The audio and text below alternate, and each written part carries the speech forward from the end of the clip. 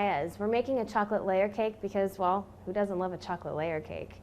The easiest way and the fastest way to get it done is to take a serrated knife and slice right through the center of your cake. You can use toothpicks to help you guide your way through. If you'd like to use a cake leveler, you can, but sometimes they don't always cut straight. And then what you'll do is you'll put an icing bumper with the icing that you're going to use around the outside of the cake. The bumper's purpose is to hold in the filling that you're going to put in your layer cake. This way, when you ice the outside, it doesn't ooze out and cause a huge mess.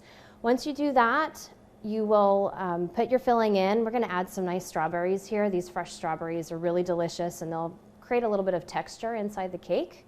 Once you're done with that, you'll go ahead and you'll put the layer on the top very, very gently. Use a guide to help you. Just slide it right on top so then that way it doesn't slide off to the side or cause any issues with your filling.